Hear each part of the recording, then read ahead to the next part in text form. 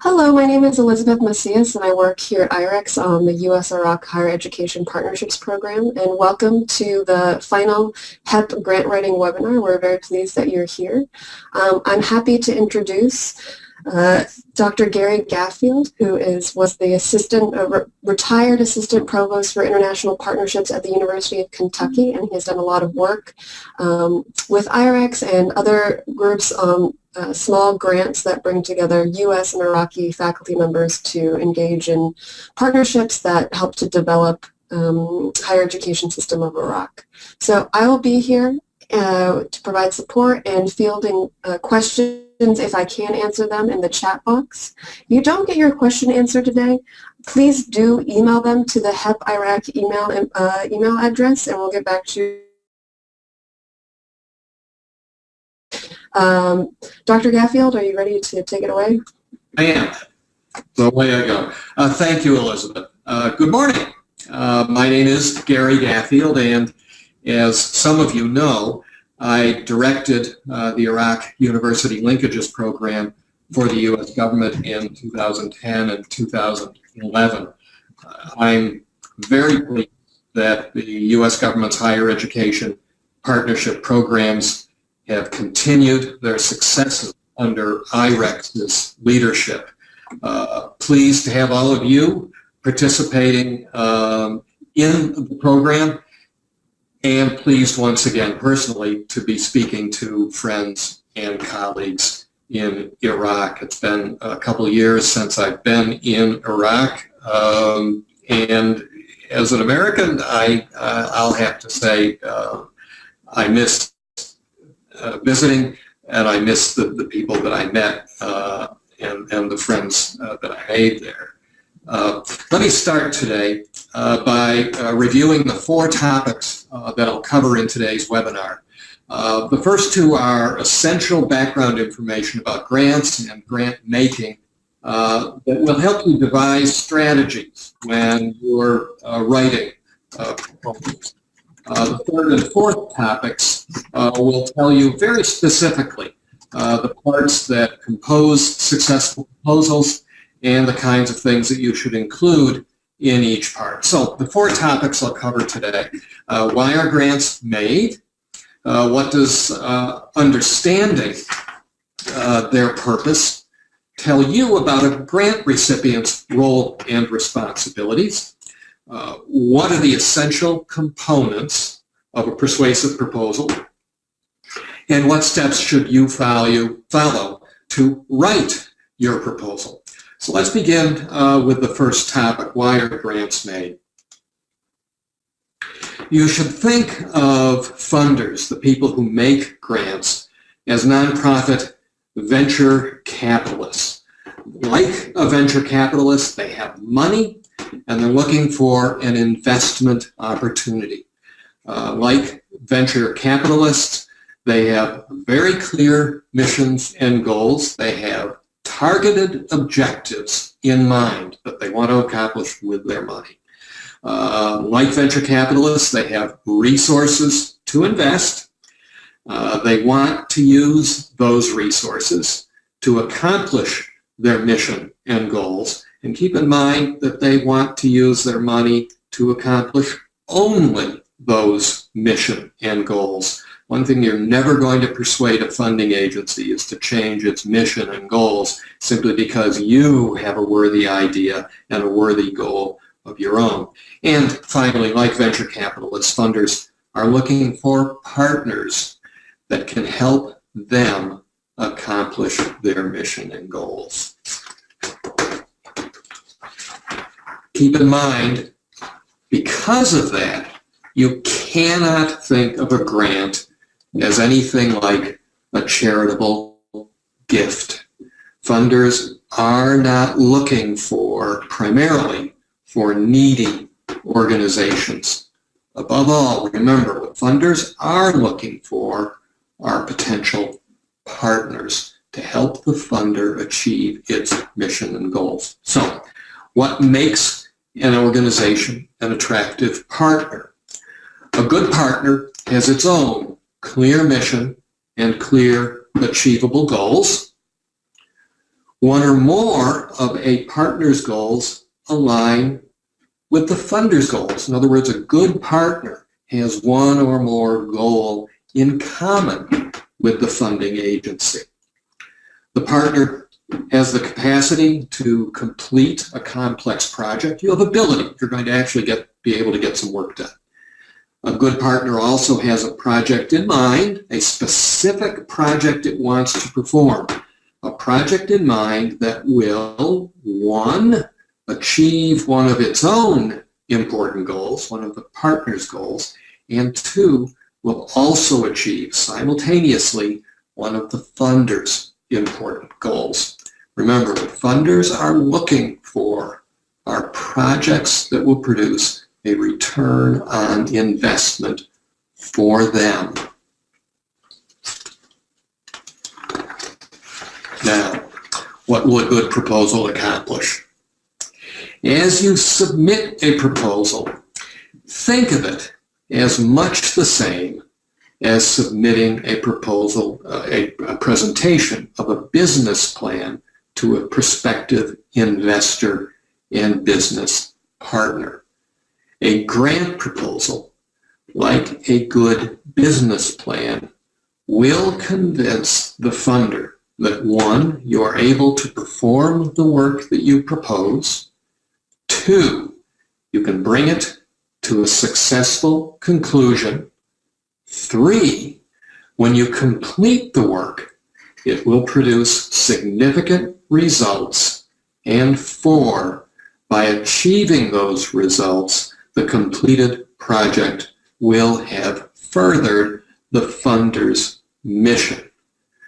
Your project, a completed project, will give the funder the kind of return on investment that he wants. So that's what your proposal needs to do. Like a business plan, it will convince the funder you're a good person to work with, you're going to be working hard, you're going to accomplish your goals, and together with your resources and the funder's resources, you're going to accomplish goals that are important to both you and the funder. Let's turn to now my second topic in today's webinar. What are a grant recipient's role and responsibilities? Your university, in any proposal, grant proposal that it submits, should present itself to a funder as a prospective partner. So again, to reiterate, the basis of your arguments should not be, cannot be, how large your financial needs are. They are not as important as the other sorts of things that we're going to be talking about in today's seminar. Specifically, you need to center your arguments in any grant proposal that you submit.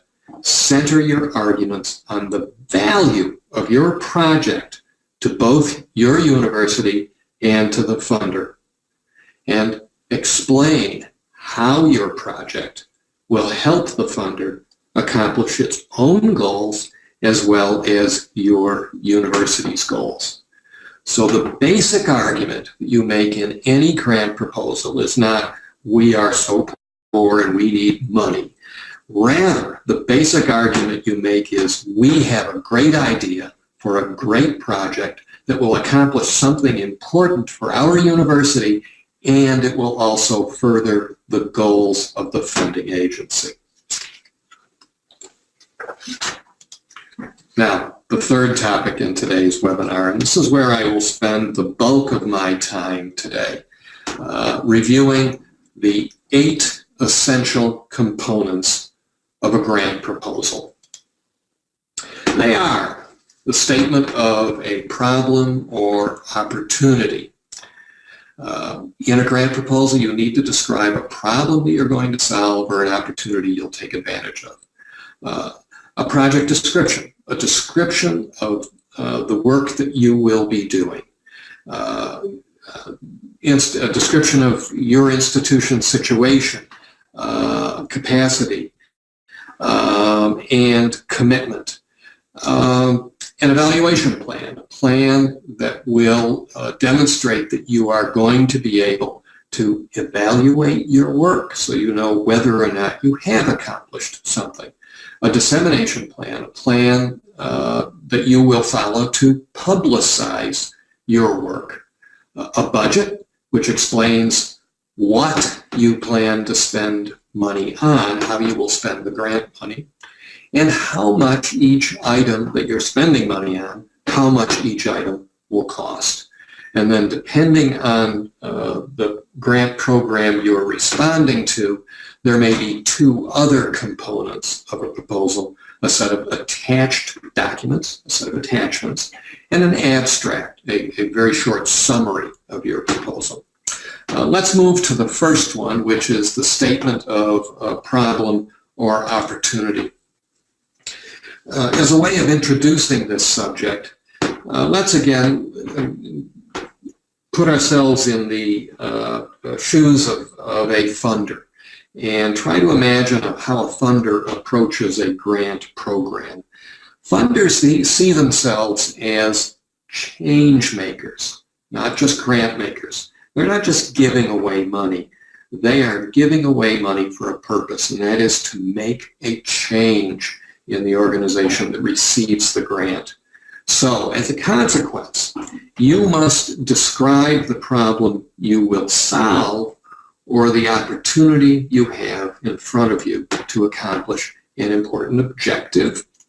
And remember, in a proposal, you're not describing what you want to buy, or even chiefly what you want to do, what the work is that you're going to perform.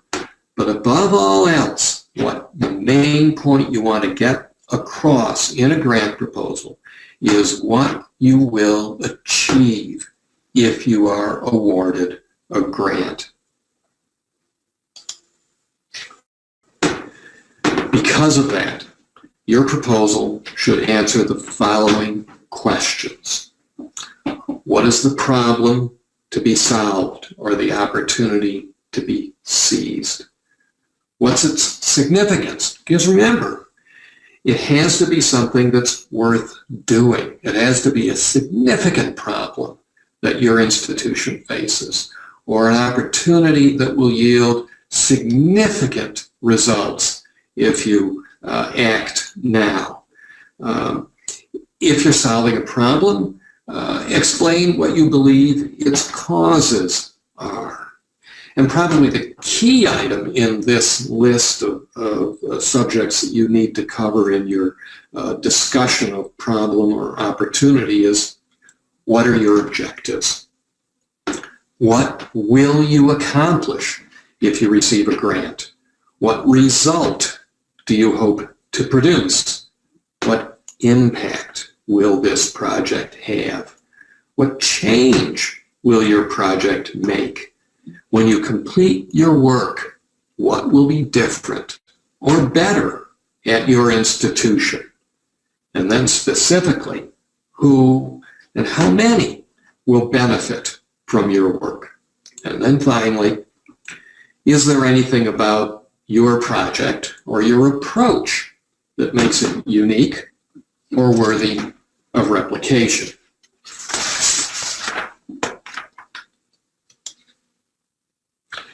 In order to state these things persuasively, in order to describe project objectives persuasively, they need to be specific, they need to be measurable, they need to be attainable, it has to be possible to actually accomplish them, and they have to be significant. As I said, they have to solve a significant problem or achieve a significant advantage for your institution.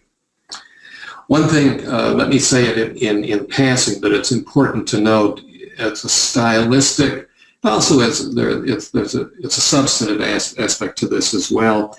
When you write your proposal, you need to state your objectives very confidently. You need to be confident and convey that confidence to the grant maker, to the funder.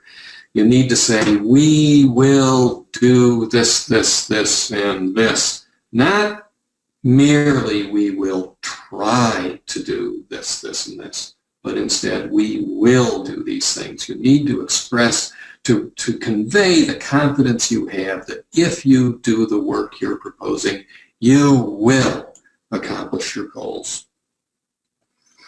Let me turn to the second component of a successful grant proposal. This is the project description.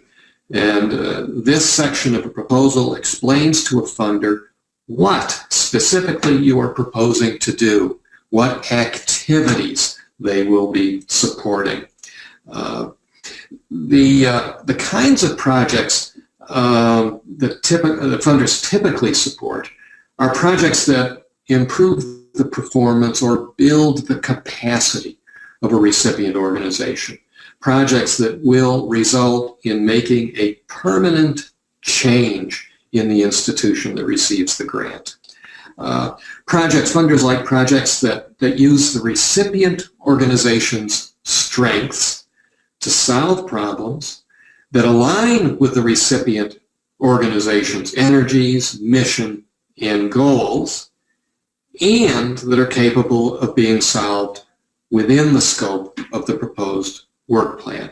In other words, funders like projects that your university has the capacity to perform, that if they're performed will achieve a significant advantage for your organization, and that the work proposed is adequate, it's sufficient to accomplish that project goal.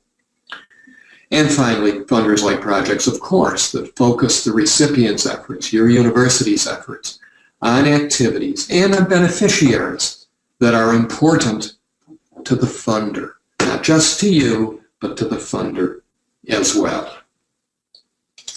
So, in a project description, you should answer all of the following questions so that the funder will know exactly what you will do when you receive grant funds. So you need to tell the funder what specific activities will occur. What work will you do? Where will the work be performed? According to what timeline? When will you do each step in your project? Do you have a rationale for proceeding in the way you've chosen? Why did you choose the approach you did? What makes you confident that this approach will be successful? That this approach, the one you've chosen, is superior to other possible approaches? And then finally, who exactly will do the work? And how much time will they dedicate to the project? And if other institutions are involved as collaborators, a U.S. partner, for example, who are they and what will they contribute to the project? Let's continue. And this is the third component of a successful grant proposal, a description of your institution's situation, capacity, and commitment. You have to persuade a funder that you have both the ability and the opportunity to do the work that you're proposing. Your proposal has to convince a funder that you're well qualified and well positioned to complete your project. It also has to persuade the funder that you're sufficiently committed to the project to be trusted to carry it to a successful conclusion. So that if you encounter obstacles, the funder needs to be confident that you will persist in the project. Therefore, when you describe your institution's situation and capacity, you need to answer questions like these. Why is your institution especially well suited as the location for this project? For example, is your need for the project especially acute? Why is this the right time to act? Is your organization particularly well prepared to act? Is your institution currently trying to solve this problem? And will your proposed project build on those efforts? Are the people who will perform the work well qualified? If so, what are their qualifications? Expertise, experience, and knowledge. And do they have the time available to perform the work? And does the institution have the necessary space or equipment or other resources that it needs to contribute to the project above and beyond the resources you will get from the funder? Let me say just a few words about institutional commitment. There should be no doubt in a funder's mind that you will work hard to succeed, regardless of the difficulties you might encounter along the way. So your proposal has to answer questions like, why is this problem or opportunity important to your university? How does this project align with your university's mission, strategic plan, goals, priorities? Can you demonstrate that the institution's leadership is strongly committed to the project? And what resources will your institution commit to the project? Staff time, space, equipment, money.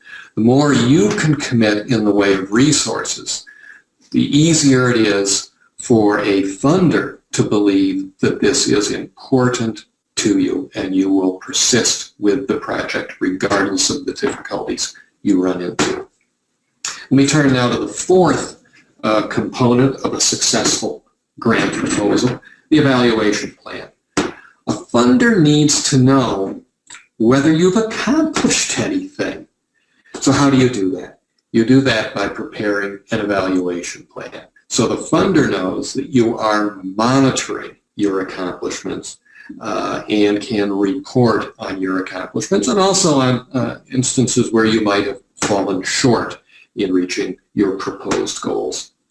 So in order to evaluate your project, you must have a number of things. Clear, specific, measurable objectives. If you don't know what your objectives are, it's hard to know whether or not you've met them. So you need clear, specific, measurable objectives.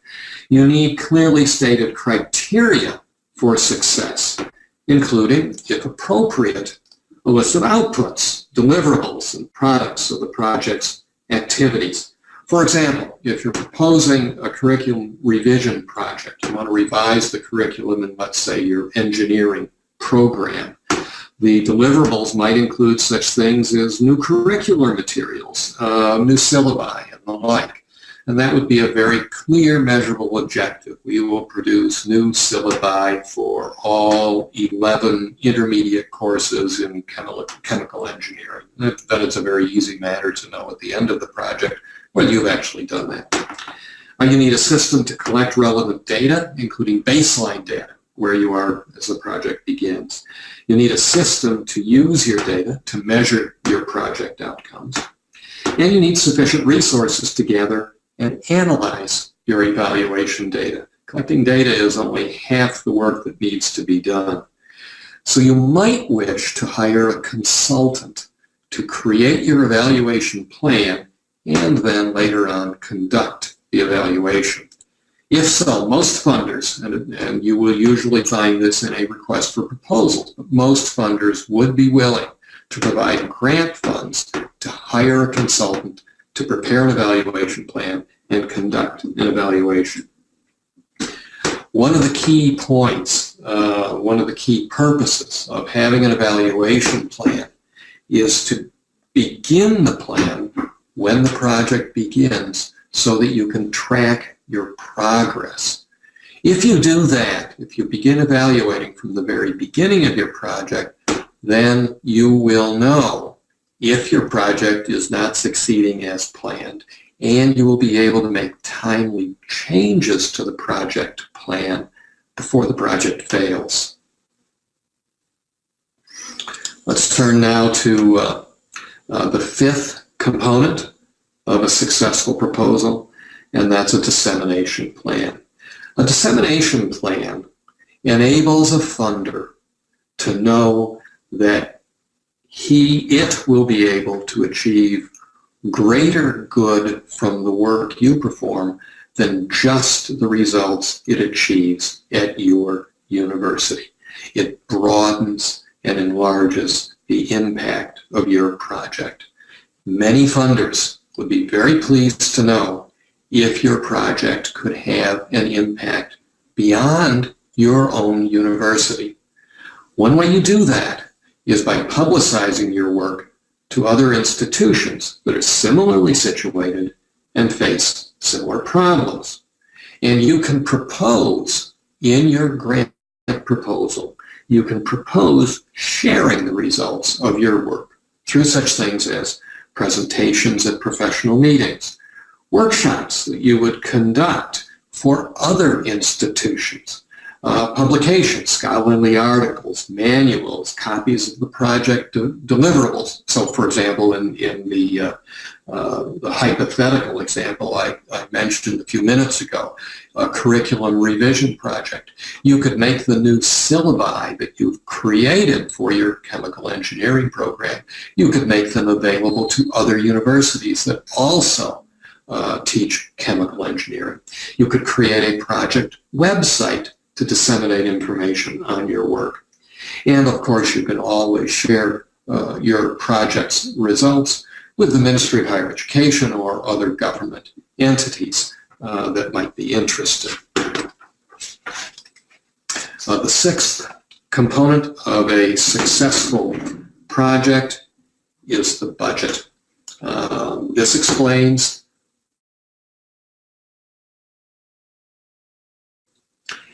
and how much you will spend on each item. Now, it's important to remember that a budget has two purposes.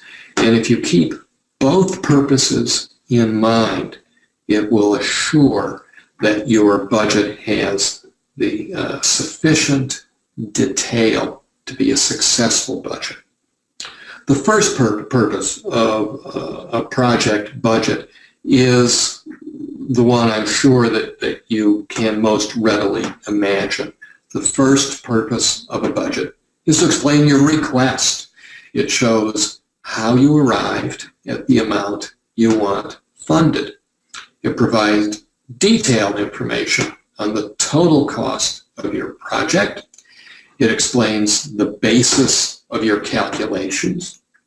And it also states the portion of the project's cost that you are requesting from the funder and shows the source of other essential funds. You need to provide in your budget, if you want to accomplish these purposes, you need to provide as much detail as you can. You can never provide too much detail.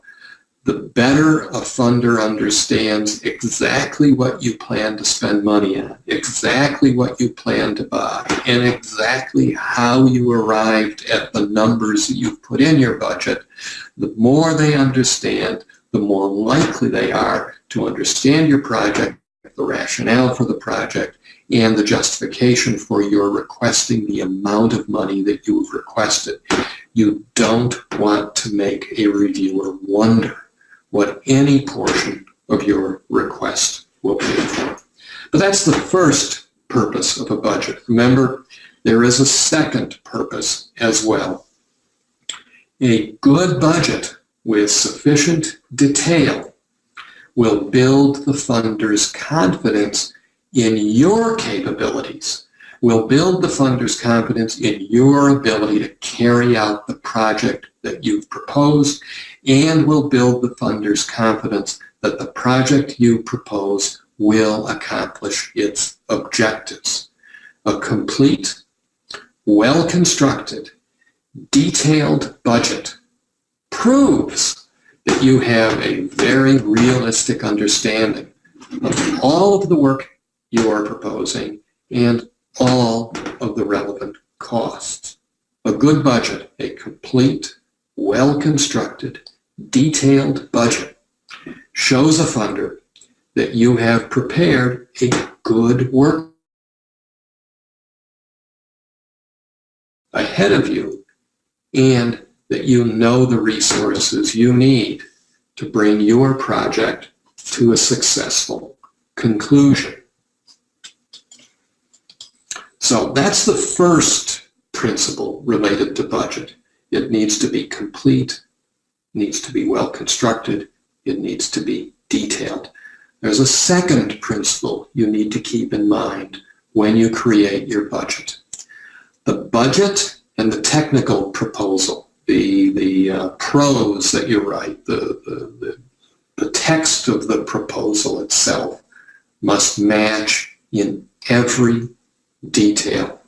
So think of this in two ways. First, every activity that you describe in your work plan that requires resources must be accounted for in the project budget. If it requires resources, you need to explain where those resources come from and how much those resources will be. In the budget, you need to distinguish between the items you want paid for by grant funds and items that would be paid for in other ways. For example, your institution's own funds. But all items, whether they're paid for by the grant funds or whether they're paid for from other funds, in the budget, all of those items need to be represented. Everything in your work plan that requires funding needs to be found in the budget, and the funding needs to, the source of funding and amount of funding needs to be explained in detail. Secondly, look at it in the reverse. Every line item in your budget must be reflected in the technical proposal. Funding should never be requested for anything that is not fully explained and justified in the technical proposal. A funder is not going to guess why you've asked for money for a specific budgeted item. It had better be explained in your project plan. It had better be explained in your technical proposal. If it's not explained in the technical proposal or in the budget narrative, a funder is simply likely to delete it from the budget. So, when you put together a budget, let me just go down quickly a list of the sorts of things that universities ask for money for, and this is not intended to be a complete or exhaustive list, but it's merely intended to suggest the kinds of things that typically are funded in grants to universities. First and foremost is staff time, cost of compensation, wages, salaries, and benefits for project leaders, faculty members, administrative staff, clerical support, and or graduate student assistants. And it's often the case that universities that request funding for staff time will offer to share some of that cost with the funding agency. So if, for example, you need 2 full-time positions to perform the work you've proposed, you might propose to pay half of the salary and ask the funding agency to pay the other half of the salary. That's not required. Again, you need to be guided by a particular grant program's guidelines. But if a grant program does ask an applicant to show ways that it will cost share the cost of a project, one way that universities typically do that is by sharing the cost of positions. Other items that typically can be included in a grant proposal for professional services of various kinds, training, mentoring, conducting workshops, providing technical support, for example, creating a project website. You may not have the expertise on your campus at your university to prepare the very sophisticated website that your project requires. So you'd hire a consultant to do that. Or a consultant, as I mentioned earlier, who can help you with project assessment and evaluation by developing an evaluation plan and then actually performing the evaluation itself. You could ask for support for space, for the lease or purchase of essential equipment, for travel, transportation, lodging, meals, incidental expenses. If, for example, you're working with a partner university and you're asking your partner university to conduct workshops or for some of your staff, then it's very likely that one or the other, either you or your partner, will need to travel somewhere in order to accomplish those workshops. You might travel, if it's a U.S. partner, to the U.S. So that your staff can attend workshops at the partner university's campus in the U.S. Or you might bring a workshop presenter to your campus to present the workshop where you are. Printing and publications are also commonly requested. Office supplies, expenses related to attending conferences and workshops. It may be that you need instructional materials or books. There are, as I say, many other things that a project might need funding for. You need to, as you work through your project plan, figure out what the resource needs are. And as I say, any place where you need resources, you need to explain how those resources will be obtained, whether from the funder or from another source. You need to detail that in your budget. Just keep in mind, a flawed or incomplete budget suggests that you're working from a flawed or incomplete project plan. So make your budget as clear, as complete, and as detailed as you can. Now let's turn to the seventh component. As I said, this is not always a component of a grant proposal. It depends on the funder and on the request for proposals. Some funders do allow applicants to attach additional documents to a proposal in addition to those specifically requested, the work plan, the budget, things of that sort. If so, if funders allow an applicant to attach documents, it is generally a good idea to do so. Include relevant attachments if they're permitted, but only if they materially strengthen your request for funding. Attachments can do that, and they can do that in a number of different ways. Some attachments can provide evidence of the significance of the problem you propose to solve. If, for example, you are proposing, again, hypothetical, a revision of your chemical engineering program, one kind of evidence that you could attach would be records of student performance on standardized tests in chemical engineering subjects if your students aren't performing well.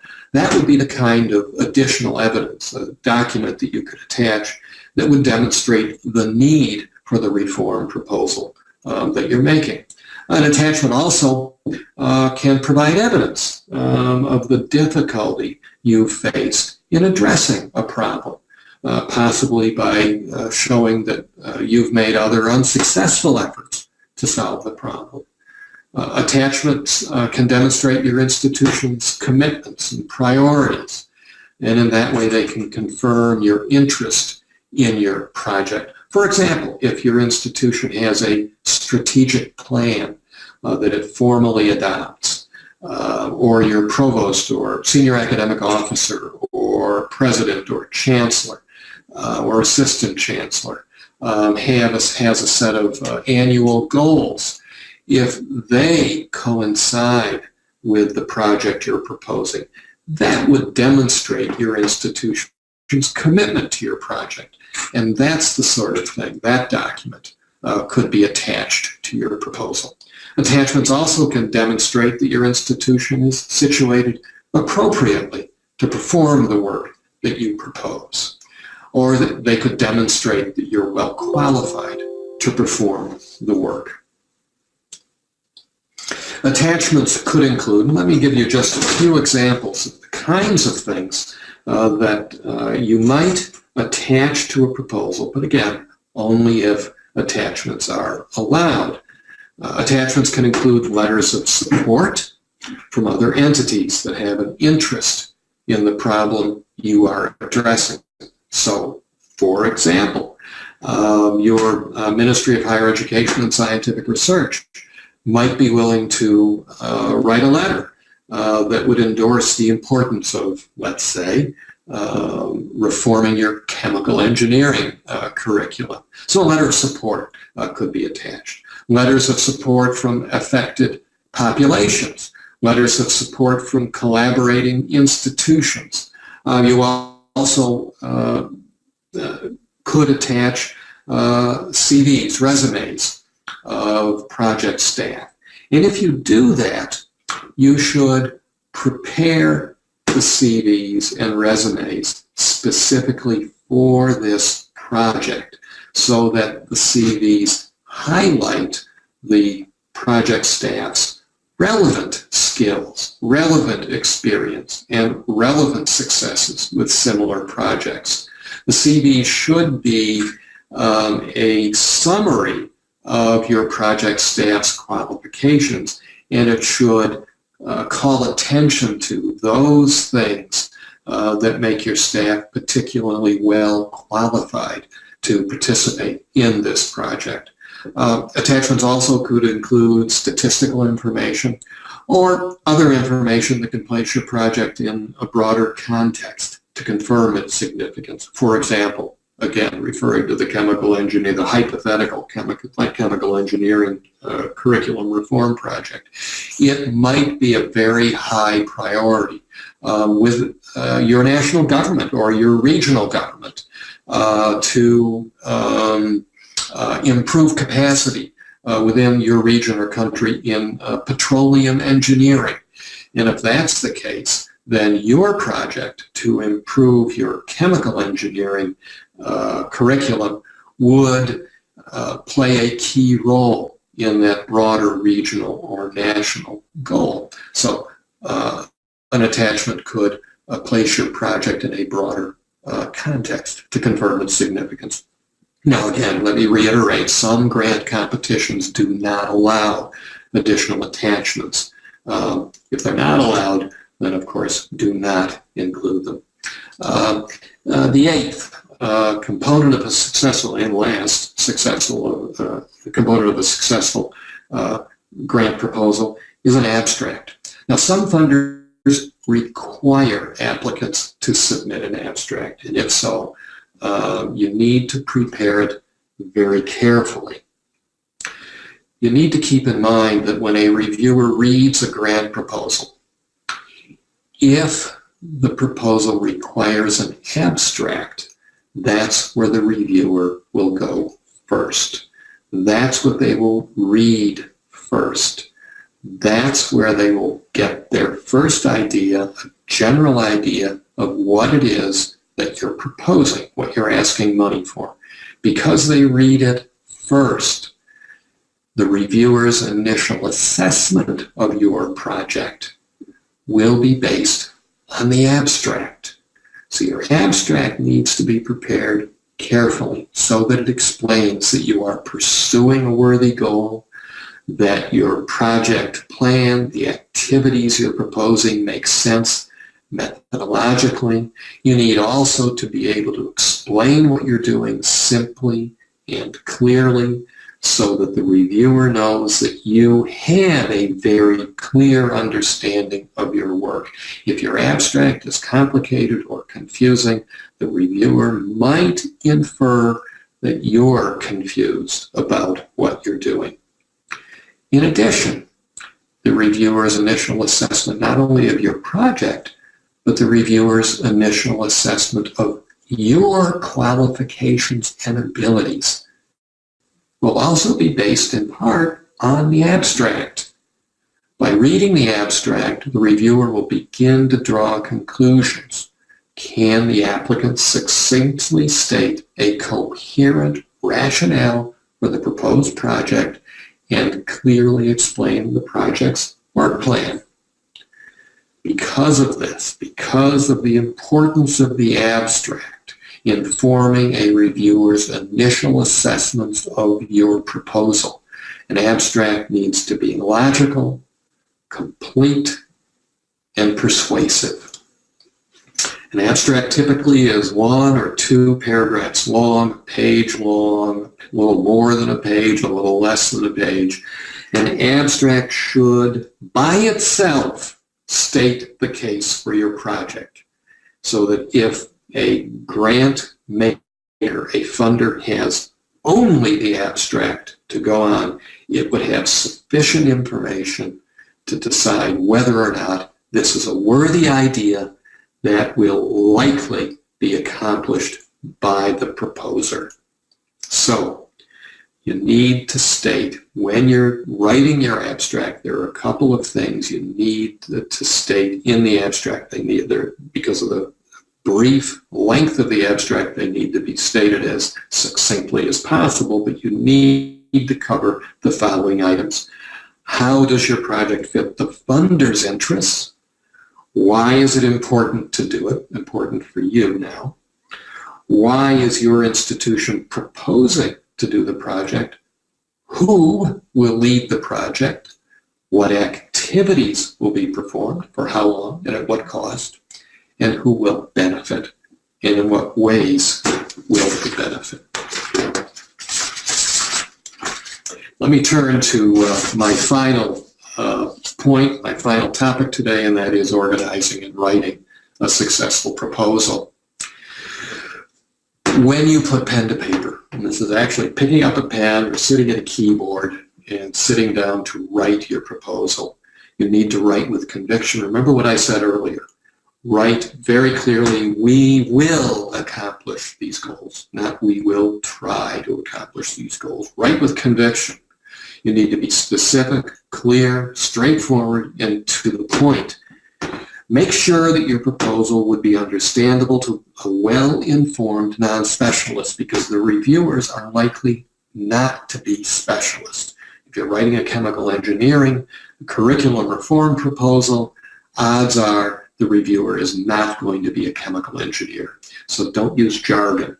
You need to be well organized. Before you start, develop an outline. There are a couple of hints that you can find in an RFP that can help you put together an outline. If the specific topics are requested in an RFP, then organize your technical proposal around them, if possible. And if an outline is provided in the RFP, outline suggested by the RFP, follow all directions in the RFP. If you can't follow directions, that tells a reviewer that you're probably not able to follow a project plan. So follow all directions slavishly. For example, if your proposal is too long, if the RFP specifies it can be only 10 pages long, don't submit a proposal that's 11 pages long. That will only compound your error. Your proposal is going to be too long, you'll be violating the instructions in the RFP, and you're going to make the reviewer work harder. So comply with all of the directions in the RFP. And there should be no wasted words in a proposal. To the extent possible, every element, every sentence of a proposal should argue your case for funding. I have one final hint as well. After you complete each draft, and you should write multiple drafts as you revise and refine your ideas. After you complete your draft, how do you find out whether or not it's a good one? One way to do that is ask a colleague who is not familiar with your project to read your proposal. Ask him to do it without taking notes, and then ask him or her to do 3 things. Restate your activities, describe your goals, and explain the significance of your work. If someone, a colleague who is not familiar with your project, can do that after having read your proposal, you probably have a pretty good draft. If your colleague cannot do those things successfully, then you will know from your colleague's summary and the things that he's left out where you need to revise and strengthen your proposal. I hope that this has been useful information for you. Please remember that the iRex staff is available to help you with this particular small grant program. And there are office hours coming up Thursday, November 3rd and Thursday, November 10th, as specified in this slide. And of course, at any time, you can always submit questions to iRex at the email address at the bottom of the page, hep-iraq@irex.org. Thank you for your time, and good luck with your proposals. There is some small amount of time left for questions. If you'd like to pose some, please do so.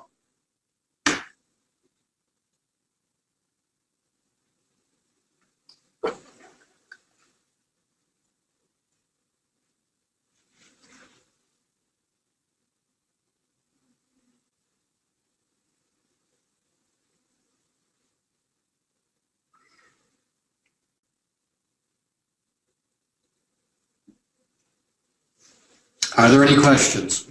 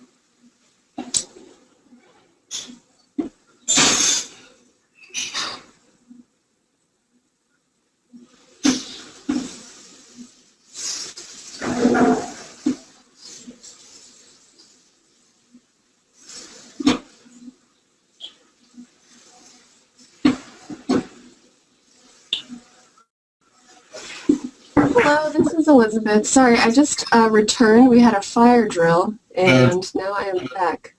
Okay. Elizabeth, I've asked for questions, and haven't seen any, and I see microphone activity, the green bars, but don't hear a thing. I assume that the Iraqi participants in the webinar are not, their microphones are not activated, so the only way I'd see questions would be typed ones. Am I correct about that?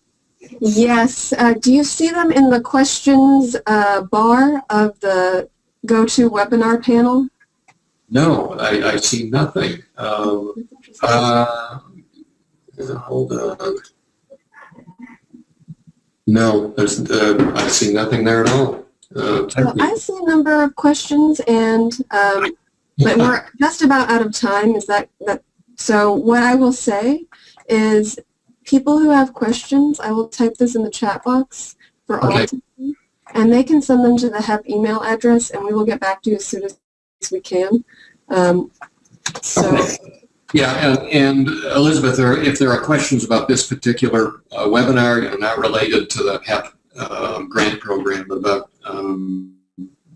proposal writing in general, although I doubt you'll get any of those. But if you do, I'm happy to answer those as well. And of course, I'll copy you in any answers that I write. But if there are things that you think are more appropriately related to a generic grant proposal question that you'd like to pass on to me, I'm happy to take them on. Okay, great. Thank you so much. Yeah, sure. Well, I see a number of questions here. We're not going to have time to get to them, and I was trying to answer them, but I had to run out of the building for the fire drill. But please do send your questions to the HEP email inbox. I just sent in the chat box. You should see that email address here. And we have been receiving a lot of inquiries, so we will get back to you as soon as we can, but we will get back to you. So thank you very much, Gary, for providing this helpful information about writing good proposals, and best of luck to all of the applicants. Thanks, Elizabeth. Good luck to all of you. Bye. Thank you. Take care.